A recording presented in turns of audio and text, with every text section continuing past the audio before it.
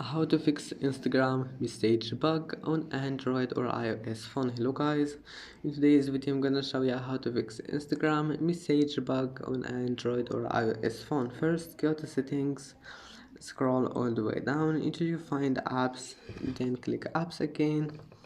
Now type here Instagram, click on it, click force stop and go to storage clear cache, and that's it. Now just go back, and if that doesn't fix it, or you have an iPhone or something like that, just uninstall your Instagram and install it again, and that's it. And make sure you have enough space.